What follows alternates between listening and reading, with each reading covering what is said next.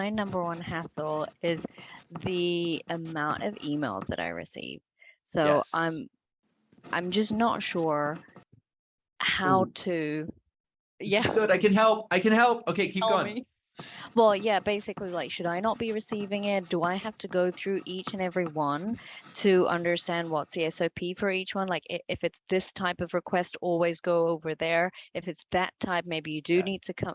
So, yeah, Okay. yeah. Now, we just did a video that you should check out on our YouTube page that was specific. It was literally, I think, maybe just the very last video or the video before about email, right? And I'm going to say some of the same things I said in that video, but you should go back and check it out. Okay. So think about email as a lake, and think about all of the things you're doing wrong in your life and your business as like a stream that feeds into that lake. What I mean by that is, if there's a bunch of polluting factories that are dumping toxins into the stream, where are those toxins going to gather? In the lake, right? The water carries them down into the lake. Similarly, email is simply where all of the bad systems in your life go to collect, right? So instead of saying that email, a lot of people will say, my problem is my inbox. I say 99% chance that your inbox is simply the symptom and not the actual problem. The actual problem, so for example, I get an email that says, oh gosh, we're like, we only have 2 days to get this project done for this client, right? Okay, is the problem the email, or is the problem that we weren't pre-planning, right? And we didn't see, we weren't looking into our week or a month to see that this big project was coming down for the client. So it manifests as an email, but truly the problem was something more fundamental. So poor productivity hygiene, poor productivity systems manifest usually as emails when they blow up, right? So I just wanted to observe that general Yeah. philosophy before we go on to the rest of the question. So the first thing is to go upstream. There's a whole book now that was written. So thank God, because I thank God somebody wrote this book, because now I don't have to. So you can check out this book. It's called Upstream. And the whole premise is that most of the problems you're dealing with in your life actually are simply the downstream impact of not, to solve them, you actually have to go way upstream and cut this off at the source, right? So this is why for many people, and for many managers and project managers or project leads, I often say the very smallest thing that you can do to eliminate meetings and email in your life is simply get your team together and pre-plan with them. Force them to pre-plan their week together with you on Friday.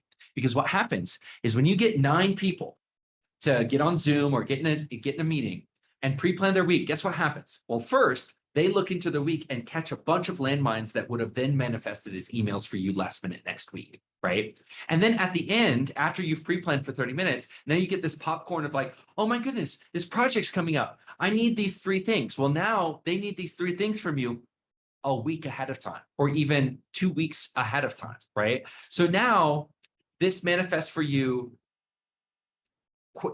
way in advance when you actually have power to deal with it, and before it's blown up in your face, right? It also means that you're going to have fewer meetings, because we just did a pre-planning. We just exchanged the information that we would have exchanged in the meeting. There's no need to call the meeting, right? So this is just simply the lowest hanging fruit on anybody's tree. If you deal with a lot of cross-functionals and team members, it's just get everybody in a Zoom room or a physical room, make them pre-plan on Friday, then everybody can go about their weekend knowing that there's a plan in place and there's no skeletons or landmines that are going to pop out of the closet next week. It vastly cuts down on the number of emails you're going to get next week, and vastly cuts down on the number of meetings. Not 100%, but a huge, huge amount, because I would submit to you that a lot of the emails and meeting requests that you're getting are simply things that were unforeseen and are popping up last minute. Like, oh my goodness, I'm looking for this document, guys. Where's this document? Right? These kinds of emails abound. Does that make sense? So that's an example of going upstream to solve the email problem. Does that get to 100% of it? Absolutely not. But it starts to cut off huge chunks of your email and meeting problem, right? Now, another thing is I have a philosophy called every email is a failure, which means that every single time I get an email, I think of it as a failure of us to create a process where that person did not have to generate that email to continue doing their work, right? Now, that's a very broad, sort of challenge for yourself, because what might need to happen is, okay, well, this person didn't feel empowered They emailed me simply because they didn't feel empowered to make the decision by themselves. So they might be emailing me to get approval. Maybe what I need to do to go upstream and eliminate this email from my life permanently is to simply say, hey, in the future, here's my criteria for decisions that you are about empowered to make without emailing me. That's another example of going upstream, right? So what it requires of you is to start looking at your emails less as things that need to be done and more as systems that are failing, and say every email is a signal that there is not a system that has been built for this or a system that is failing, because nobody is saying, oh, thank God I get to open an email and write an email to Sachini today. Oh, yay. No, it's a bummer for them. So it's a loss for them that they have to email you to get what they need. But it's a loss for you because you're not saying, thank God I get to read all these emails, right? So let's just acknowledge that this is a lose-lose scenario. They don't want to write the email and wait for the response, and you don't want to receive the email and have to give the response. What that means is there's an opportunity here to create a win-win where you can go upstream and solve the problem upstream so the email never has to be generated. Does that make sense? Now, okay, I've got one more thing for you before we go.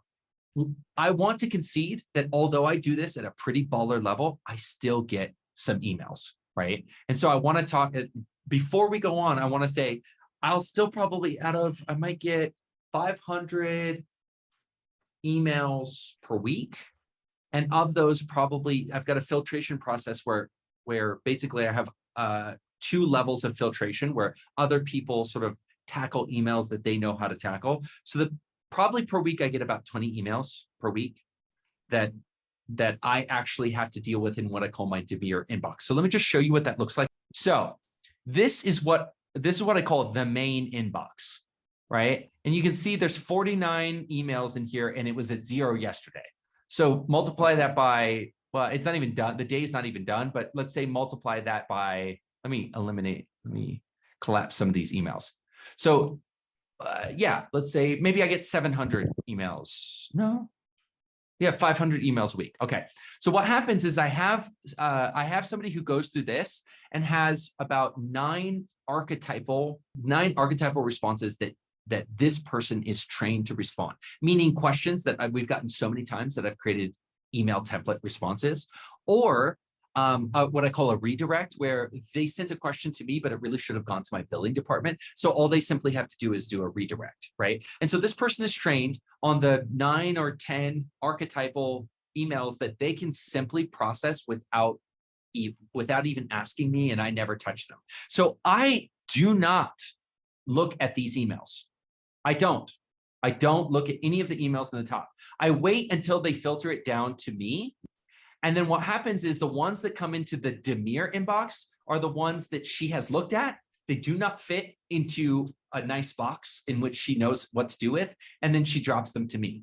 Now, what I do is then if I feel like I keep getting emails that I don't need to or want to respond to, then I'll improve her SOP and say, hey, you see these types of emails? When you get these types of emails, this is your 11th archetype. And so I have an SOP running for her to tell her, when you see an email that looks like this, do this with it. When you see an email that looks like this, do this. This even goes so far as her template. Sometimes she'll do a draft, meaning if she's 90% sure that she knows what to respond, but 10% in doubt, she'll put the response she thinks is right and then drop it in my drafts box and then say, Demir, you have 3 drafts. Can you check them? And that's just her. What that does is it means that she's not pushing send on something she's not 100% sure is correct. Does that make sense? Okay, now that means that all that I have in my inbox is to go through these emails and process these emails, and that's about 20 per week. Does that make sense? Now, there's also another type where if something drops in my inbox and I have an assistant coach who can handle it, who's trained on another different 9 archetypes, who is just got a different level of coaching ability, I'll drop it into my assistant coach inbox and I'll have my assistant coach take care of it, right? So what this does is this creates a filtration process where I don't have to go through 500 emails every single week. I'm only mentally processing through 20 emails per week.